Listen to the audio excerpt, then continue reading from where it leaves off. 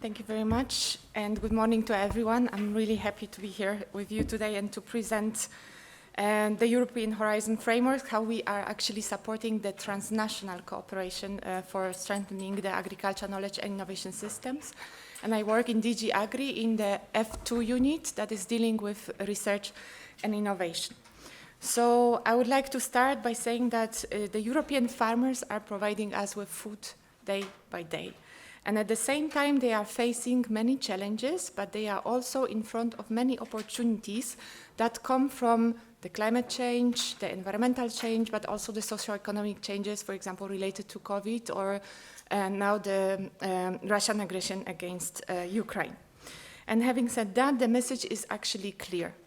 We must help them tackle the challenges, and we must help them seize the opportunities that are out there for them. And for that, we have to help them chart a different path to become more sustainable, more productive, more resilient than ever before.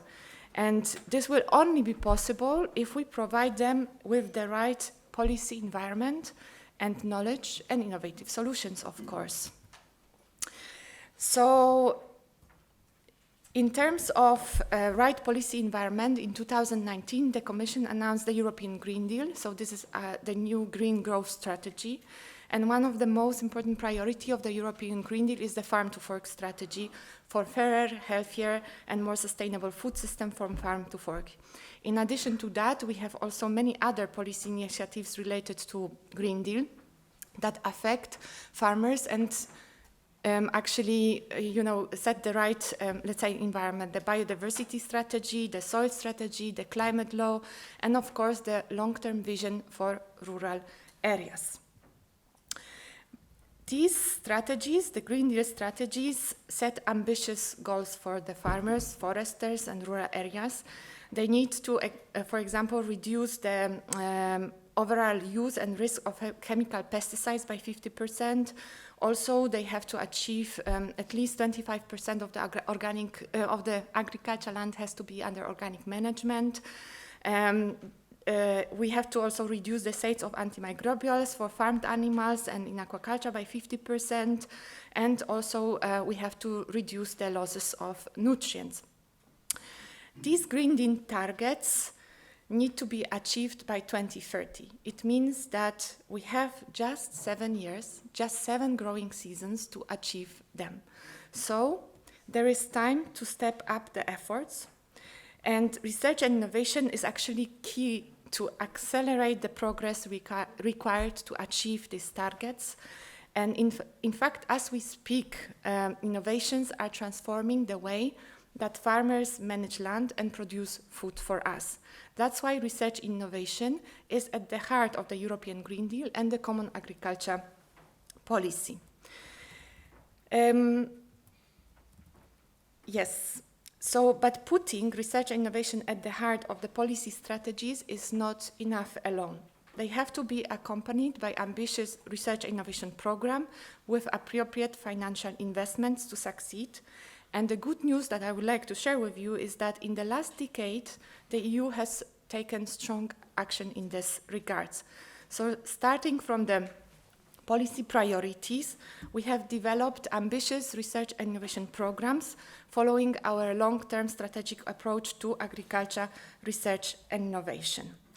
And from Horizon 2020 to Horizon Europe, we have also stepped up the efforts in terms of investments because the EU budget dedicated to agriculture, research, and innovation for 2021-27 has almost doubled. And moving now from strategy to action, with these ambitious Horizon programs and investments, we have put research and innovation at the center path towards more sustainable and resilient agriculture, forestry, and rural areas. And we have now more than 700 projects, including 350 multi-actor projects in 15 priority research and innovation areas, such as, for example, agroecology, digital solutions, animal health, plant health, sustainable forest management, sustainable use of fertilizers, soils, animal production systems, climate, genetic resources and breeding. So you see here in this fact sheets the 15 priority areas in which we have invested, and you can learn more about the projects that are in these priority areas by scanning the barcode that is out there and by looking at the fact sheets. They summarize the projects that we have funded and give concrete examples of these projects. And these projects are actually, of course, delivering a lot of concrete results in the form of knowledge and innovative solutions that are helping farmers to deliver on the Green Deal targets. And here, have a look at the results packs that we prepared. And these are just several of them, but if you scan the barcode, there are many more results packs that you can have a look and see. And you see that these are basically results packs that help concrete targets to be achieved related to agroecology, so helping the organic target, fertilizers, animal health related to the reduction of the antibiotic use, and of course the plant health that can help reduce the use of pesticides. Yet, as Thomas Edison, the inventor of the light bulb, has said, that the value of an idea lies in the using of it. So it is not enough to produce knowledge and innovations. They also have to be used by the end users, by the farmers, the foresters, the rural communities to actually be valuable. And the main question or challenge is to how to foster the knowledge flow so that the results from the 700 projects, including also the 350 multi-actor projects, the 3,200 operational groups and many other projects beyond Horizon Europe actually are known and used by the farmers. So in practical terms, how we can get rid of this red sign and help farmers get the right solutions at the right time. And again, I have to say, I have good news for you, because we have several solutions at hand that we have implemented at the EU level and also at the member state level. So more than a decade ago, we have developed and implemented so-called interactive innovation model. As our commissioner illustratively said at the Agri Research Conference, we do not only do research innovation for farmers, but we do it with farmers on board through the multi-actor approach. So we put the end users at the center of the research and innovation activities from the beginning of the project to the very end. They are truly involved in all the stages, not as study objects, but as active participants or even better co-creators that share their tacit knowledge, the entrepreneurial skills, and genuinely co-creating the knowledge and the solutions that respond to real challenges on the ground. In this way, we can achieve much quicker results and much bigger impact on the ground in practice. So, in addition to the interactive innovation model, we are also supporting transnational cooperation to enhance AKIS interactions and the knowledge flows. And to this end, in our long-term strategic approach to EU agriculture research innovation, we have set the research and innovation priority to enhance human and social capital.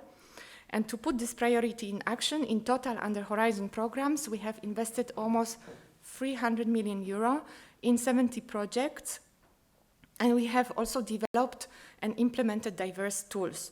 For details, I invite you to have a look at this fact sheet, this particular fact sheet on enhancing human capital and boosting innovation systems, where we have summarized what we have achieved in terms of enhancing human capital and also boosting the innovation systems. And you will find the information about the AKIS-related projects that can help you in your daily work of the national CAP networks. And let me highlight several of them. So to support the AKIS interactions and effective agriculture knowledge and innovation systems, we have projects like Modern AKIS that improves the overall AKIS coordination. We have the project Attractis that improves the innovation support services that many of you provide every day to the farmers. And we have also the project Premier that is key for effective implementation of the multi-actor approach that we promote. And to support the knowledge flows, we have three main instruments: the thematic networks, the advisory networks, and the knowledge reservoir. And what are they and how they can be of help for you? Let me shortly explain to you. So first of all, the thematic networks.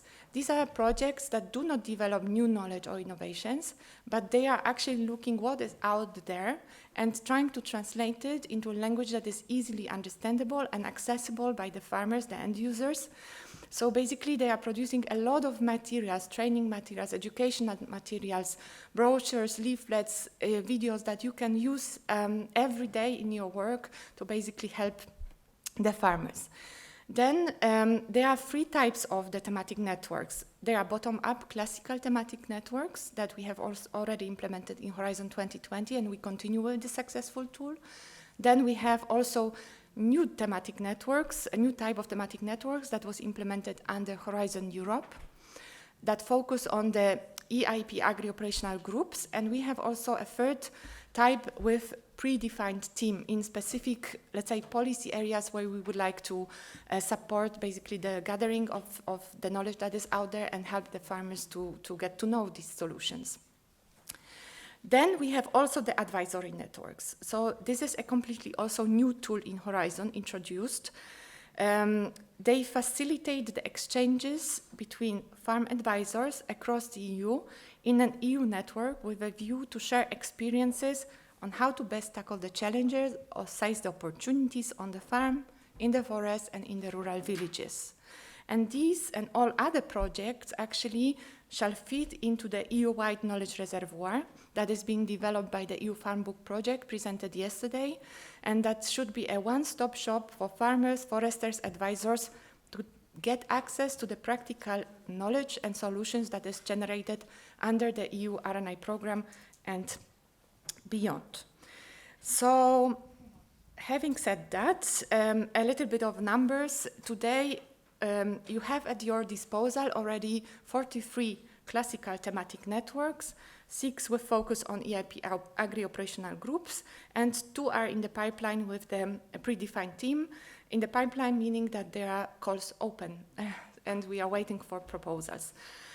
So, behind these logos, there are concrete examples of thematic networks and advisory networks that have, and in terms of advisory networks, we have 5 of them with a predefined team, and 2 more are in the pipeline on forestry and sustainable livestock production.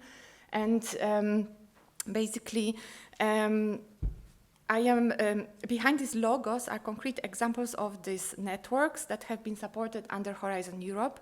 And I'm not going into details of each of them because of time, but also because I'm very happy to say that we have people that work on them directly today with us. And they are the best, basically, to explain to you what they can offer to you. So they came specifically to this event to present to you what they are doing and exchange with you how they can support you in your work in the national networks. So please use this unique opportunity that we have today. And to do it, I invite you, after my presentation, to join the poster session with Livia that will present the modern AKIS project. Livia, if you can stand up. Yeah. And then also Anita, that will present the Attractis project to you. Inge, you know from yesterday, that will present the Farm Book project. Kaye, yes, she will present the Premier project on multi-actor. And then the 2 thematic networks on operational groups. Javier, you are there. He will present the 2 thematic networks, Operate and AF4U. And then BitNet will be presented by Lotta. Excellent. And we have also Francesca and Solaria that will present to you the Forest for EU project. Very good. And BroilerNet by Stefan. Yep. Excellent. And Sergio and Victor came to present to you the Neutrino networks. Perfect. So, you know now the faces, and the rest will be explained by Annie to you. But before you go to the poster session, I would like to invite you to also have a look at the brochure with the funding opportunities.